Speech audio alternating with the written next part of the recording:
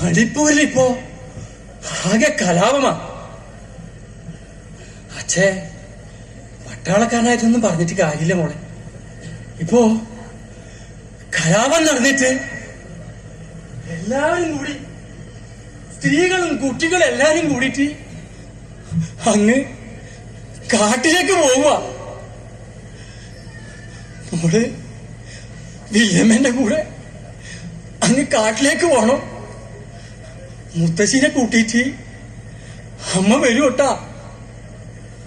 മോള് പറയുന്ന കേൾക്കുന്നുണ്ടാ?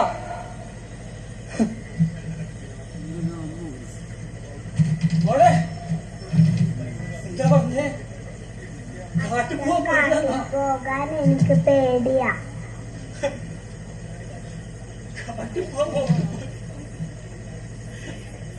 മോള് ഒന്നും വിഷമിക്കണ്ട, അവരെല്ലാരും ഉണ്ട് ഇവിടെ. കലാപം അങ്ങോട്ട് പടർന്നു പിടിക്കുക. മനുഷ്യന്മാരെ കൊന്നു തിന്നാനാ അവരുടെ ആഗ്രഹം. എന്നാ ജാതിയും വംശവും ഒക്കെ പറഞ്ഞ് അതിർത്തി കാക്കുന്ന പട്ടാളക്കാർക്ക് ജാതിയും മതമൊന്നും ഉണ്ടായിട്ടില്ല. അവർക്ക് രാജ്യം കാക്കണമെന്ന് മാത്രമേ ഉണ്ടായിട്ടുള്ളൂ.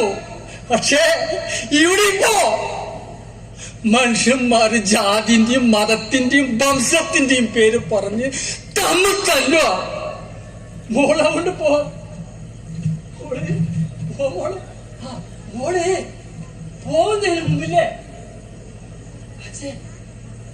ഡ്രസ്സും കാര്യമെല്ലാം മോളെ അങ്ങോട്ട് എടുക്കണേ.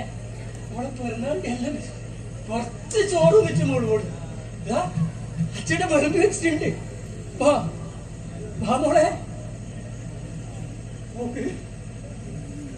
അതും പണിയാ.